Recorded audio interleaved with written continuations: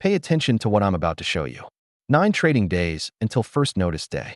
59,000 contracts still open. That represents 294 million ounces of paper silver sitting on the COMEX books right now. Everyone keeping telling us this would naturally roll off into the next contract month, that it always does, that there's nothing unusual happening here. But something different is unfolding. The usual price smash during rollover periods hasn't fully materialized yet, and we're sitting inside what should be the perfect manipulation window. Today is President's Day. American banks are closed. U.S. markets dark. Shanghai won't reopen until February 24th because of Lunar New Year celebrations. The bullion banks just got handed 8 full days of breathing room with the world's largest physical buyer completely offline and Western trading desks operating on skeleton crews. Mathematical certainty doesn't care about your feelings. It doesn't care about hopium or desperation or patriotic denial. What I'm laying out for you isn't speculation or theory. This is pattern recognition applied to monetary collapse cycles that have repeated with machine-like precision for 500 years of documented history. If you're new here and clicked with serious doubt, that's exactly the right instinct. Don't trust anyone outright, including me. What separates the people who stay in this community from those who bounce after one video is simple. The ones who stay are the ones who came in skeptical, actually pulled up the sources I cite, cross-referenced the data against official exchange reports and central bank statements, and discovered that everything checks out. The establishment financial media, the corrupted regulatory infrastructure, the captured academic institutions, they profit directly from you staying uninformed and compliant. They need you to believe that complexity equals safety, that the system is too big to fail, that someone somewhere is in control and protecting your savings. Let me clarify something immediately. I don't sell anything. No courses, no premium subscriptions, no trading signals, no mentorship programs. Nothing. This is financial warfare education, not financial advice. I'm on X under the same handle you see on this channel. Handles can't be copied the way display names can, so verify it's the actual account before following anyone claiming to be me. I post real-time data analysis there before it ever hits YouTube because the information moves faster than video production cycles allow. Silver prices right now show you everything you need to know about the divergence between paper markets and physical reality. Western spot price sitting at $76. Futures contracts trading at $76. But Shanghai spot price before they closed for Lunar New Year was $86. Shanghai futures were trading at $88.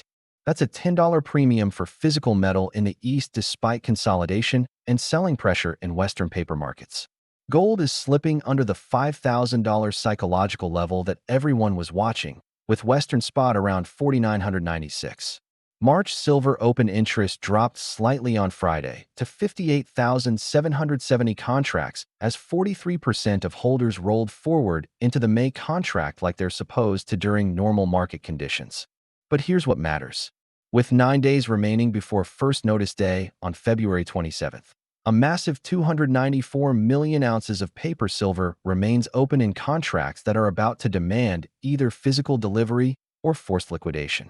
If even half of those contract holders stand for delivery, the COMEX would face a substantial drawdown against registered inventories currently sitting at 90 million ounces. That's the tightest ratio between open interest and available supply in the modern era. Here's what people miss about delivery mechanics because they don't study the actual data. Historical analysis covering 10 years of COMEX contract behavior shows that gold averaged 9.6% of open interest actually delivered into physical hands. Silver averaged 4.9%. Recent months have shown elevated delivery demand, with some contracts hitting 13.55%, but the long-term average stays closer to 10%. If we apply that 10% historical rate to current open interest, that's 29 million ounces potentially demanded. If we use 20% as an extreme scenario reflecting the elevated delivery trend we've seen recently, that's 59 million ounces demanded against 90 million registered. Theoretically manageable on paper. But those historical averages were calculated during normal market conditions, not during the 6th consecutive year of structural supply deficits, with Eastern buyers paying $10 premiums over Western prices, which signals that the paper physical divergence is accelerating beyond what derivatives can suppress. Gold options positioning shows you what sophisticated money is preparing for even after the historic correction we saw earlier this year. $20,000 calls surged to 11,000 contracts according to exchange data. These are far out of the money December call spreads between $15,000 and $20,000. The position has grown substantially even while gold prices consolidated near 5,000. For this spread to expire in the money, gold prices would need to nearly triple by December expiration. Analysts describe this as cheap lottery ticket positioning, but these are not retail gamblers. These are sophisticated institutional players buying asymmetric upside protection as tail risk hedges against potential monetary crisis scenarios where gold could spike dramatically higher than current price action suggests is possible. Warren Buffett stood at Harvard in 1998 and said gold was a metal with no utility. He said it gets dug out of the ground in one place, melted down, then buried again in another hole, guarded by people standing around doing nothing productive. He compared it unfavorably to businesses that generate cash flow and compound value. That assessment has aged like milk left in the sun. Since 1998, gold has dramatically outperformed the investment vehicle Buffett built and crushed most equity indices as currency debasement accelerated exactly the way alternative analysts predicted during Stage 6 debt cycle dynamics. Not opinion, pattern recognition. Bloomberg headlines during silver's crash in early February show you a pattern worth examining closely. During the worst sell-offs, Bloomberg published multiple articles emphasizing the decline. Big drops, no buyers left, crazy swings with almost no liquidity. Most stories got published right when prices were falling hardest in early February. On February 12th, Bloomberg ran a story claiming Russia might return to using dollars for international trade.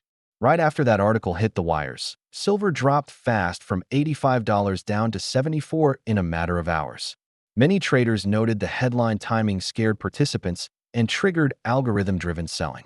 Perfect timing for anyone holding short positions against silver. This has been documented countless times. Large financial media outlets, often Bloomberg and Reuters, get used as weapons to manipulate prices through fear-inducing headlines that trigger algorithmic reactions and panic liquidation from leveraged players. Chinese fund manager had to compensate silver investors after a dramatic 31.5% valuation-driven drop earlier this month. They unveiled a compensation plan addressing widespread losses from the country's only silver futures fund. The plan targets investors who submitted redemption orders from the afternoon of January 30th through February 2nd, the exact period when losses were magnified by an extraordinary valuation adjustment mechanism. Investors whose incremental loss beyond the capped 17% daily drop was under 1,000 yuan received full compensation. This group represented more than 90% of those who redeemed. The situation exposed how Shanghai Futures Exchange 17% daily price limits actually impeded the fund's ability to execute exit trades for investors during extreme volatility. Traders believe this situation was known by certain players with advanced information who deliberately gunned for the downside once the revaluation method was unveiled, then profited by shorting global silver futures and exploiting the mechanical adjustment that was completely divorced from actual supply-demand reality in the physical market. Swiss expert Johann Steiger is calling the January 30th crash the biggest $100 billion fraud of all time. According to his interview analysis, silver plunged over 30% in one day from peaks above $120 down to the 70s. It started right after the London fixing at 15:12 Central European Time, then dropped $26 in 180 minutes.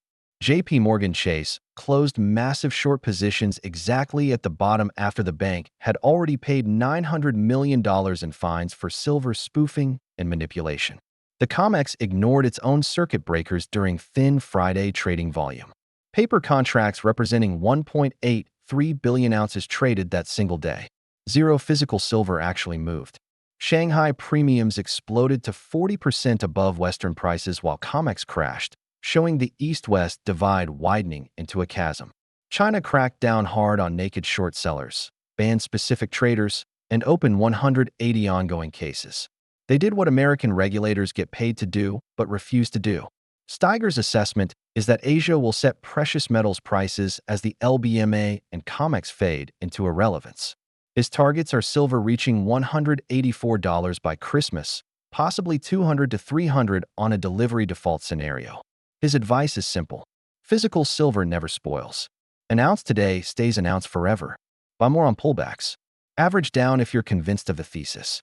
Jim Rogers, co-founder of the Quantum Fund, which gained 4,200% from 1973 to 1980, warns people directly. Don't sell your silver. Don't sell your gold. He still owns both. Hasn't sold any of his physical holdings. If prices drop, he hopes he's smart enough to buy additional physical metal during those pullbacks. He bought recently during the drops. He hopes his children inherit the stack someday. There's a gigantic amount of money printing happening all over the world according to his assessment. Many people are protecting themselves from currency debasement, and historically that protection always included metals like gold, silver, and copper. For a few hundred years, people needed a way to protect wealth from governments debasing currency, and that always included these metals. The historical proof extends back thousands of years. Even the biblical reference to 30 pieces of silver shows that metals have been prized throughout human civilization as stores of value during currency debasement cycles. Same pattern, same sequence, same outcome. Asian markets opened overnight with silver getting knocked down $2 in a few minutes. Clearly a coordinated tactic to scare weak hands, trigger stop losses, then accumulate physical at the lower price. But silver recovered quickly as buyers in the Middle East and Europe came online. The COMEX is actually open until noon Eastern today despite the bank holiday, so bullion banks have the opportunity to smash price during light volume before markets reopen at 6 p.m. Eastern tonight. Reports confirm silver is selling out in Dubai. This isn't just social media rumor or anecdotal nonsense. Wealthy individuals in the Middle East are sophisticated buyers with purchasing agents buying physical metal worldwide. This has become a major force blunting Western bullion bank price smash attempts because physical absorption prevents sustained downside when Eastern demand remains structurally strong regardless of Western paper price manipulation during Shanghai's closure window. Dollar shorts just hit a 14-year extreme according to the latest sentiment survey from institutional positioning data. Short bets against the dollar are now at the highest level since January 2012, the earliest data available in this series. Fund managers' dollar exposure dropped below last April's lows. Concerns about Federal Reserve independence have eased slightly, but failed to lift dollar demand or improve sentiment toward U.S. assets. Respondents cite further deterioration in the labor market as a key downside risk going forward. This positioning extreme creates two possible outcomes. Either a violent short squeeze if economic data forces repositioning, or it confirms a structural trend break where the consensus bearish view is actually correct and we're witnessing the early stages of reserve currency collapse. The math will decide, not sentiment. Ray Dalio analyzed 500 years of data showing exactly how empires collapse, and his conclusion is direct. America is now in stage 6 of the 9-stage cycle, the dangerous stage. The pattern repeats with machine-like precision every 50 to 100 years, not because of politics or ideology or culture or leadership quality, but because of math. The big debt cycle has 9 distinct stages, and we are currently in stage 6, where federal debt exceeds 120% of GDP. There are only 2 choices available at this stage. Let interest rates rise and crash the economy through debt service costs, or print money to service the debt and create inflation that destroys purchasing power. Both options destroy wealth, just differently. One is fast and violent. The other is slow and silent. Stage 6 is characterized by slowing productivity growth, debt service costs rising faster than GDP growth, money supply expanded by 40% since 2020, wealth concentration at century-high levels, and rival powers building parallel financial infrastructure to route around dollar dominance. We are not at the cliff. We have already walked off it. The ground just hasn't arrived yet. Howard Marks wrote extensively about market cycles, documenting how understanding where you are in the cycle matters infinitely more than predicting exact timing of inflection points. Stage 6 doesn't mean immediate collapse next week or next month, but it does mean the probability matrix has shifted heavily towards stage 7, which is reset through either massive debt restructuring, negotiated jubilee, or outright conflict. History shows wars resolve 90% of these debt supercycles, not because humans are inherently violent or evil, but because the debts become mathematically impossible to service when internal inequality peaks and external rivals emerge simultaneously. This creates political conditions where conflict becomes the least bad option compared to accepting managed decline, which is politically and socially unacceptable to populations that have been promised infinite growth. China doesn't want to operate inside the U.S. financial system, according to geopolitical analysis from strategists watching capital flows and policy decisions. China wants its own financial order with Chinese characteristics. Production over speculation. Society over shareholders. Currency strength over endless debasement. Capital flowing inward, not hollowing out the domestic industrial base. The American model prioritized profit above all else for 40 years. Wall Street won. Main Street lost. The real economy got sacrificed to financial engineering and stock buybacks. China already dominates the physical economy through manufacturing, supply chains, and trade flows. Now it's moving to the next phase, which is financial dominance through a parallel system. For the United States, this isn't competition. This is existential war. Because America's financial empire is the last line of defense after losing manufacturing dominance. Lose financial control, and the entire economic model breaks. This is the Thucydides trap in real time, where a rising power changes the balance, and the dominant power realizes the old rules no longer protect its interests. India's silver imports jumped 129%, outpacing gold as higher prices reshape trade flows, showing that physical demand remains structurally strong despite Western paper price consolidation. Metals trading activity in China is skyrocketing, with combined volume in aluminum, copper, nickel, and tin futures jumping 86% month-over-month in January to 78 million lots. That's 5 times the average monthly volume for the first 11 months of 2025. A wave of Chinese retail speculation is behind this rise, with metals becoming the most popular trade on social media platforms as Eastern participants increasingly view physical commodities as protection against currency debasement and geopolitical uncertainty. This creates sustained demand that Western paper markets cannot fully suppress through derivative manipulation alone, no matter how aggressive the tactics. The Dow-to-gold ratio currently sits near 9.82. A move back to the historical reversion level of 2.5, seen during past monetary resets, implies a decline by a factor of 3.93. If the Dow stays flat around 49,500, gold would need to rise to roughly $19,800. This is a conservative midpoint target, not an attempt to catch perfect tops or bottoms, because precise timing increases risk and reduces the probability of capturing the main trend. At that level, if the gold-to-silver ratio swings to 19, moving from one extreme to the other, silver would target about $142. Today, gold sits near 5,042, silver near 7,742, with a ratio above 65. Historically, these extreme reversals are how silver moves toward 4-digit territory during major monetary regime shifts. The bearish case matters because intellectual honesty builds real trust, especially with people smart enough to be skeptical. Right now, low holiday volume and Shanghai's closure until February 24th create a window where Western paper markets can move prices with less physical pressure. Historically, only about 4.9% of open interest demands delivery, meaning current inventories can handle it. If the monetary crisis doesn't arrive in 2026, gold $20,000 calls could expire worthless. Dollar shorts at a 14-year extreme could also reverse violently, crushing bearish positions. China's parallel systems don't guarantee immediate dollar collapse. Stage 6 can last years. Timing remains unpredictable, but the mechanics tell a deeper story.